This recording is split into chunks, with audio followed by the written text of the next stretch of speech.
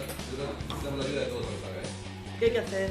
¿Qué hay que hacer? hacerlo salir.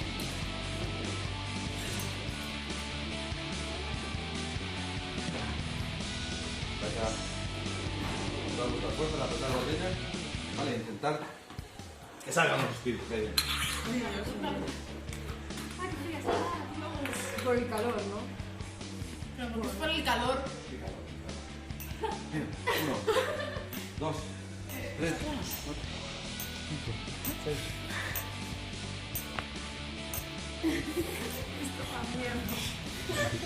Va a salir disparada. A mí me queda de 40 más o menos. 15, 16.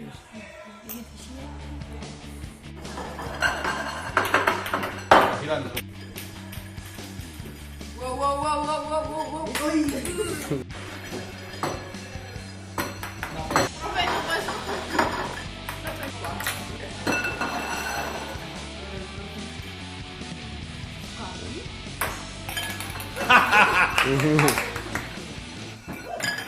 ¡Ole!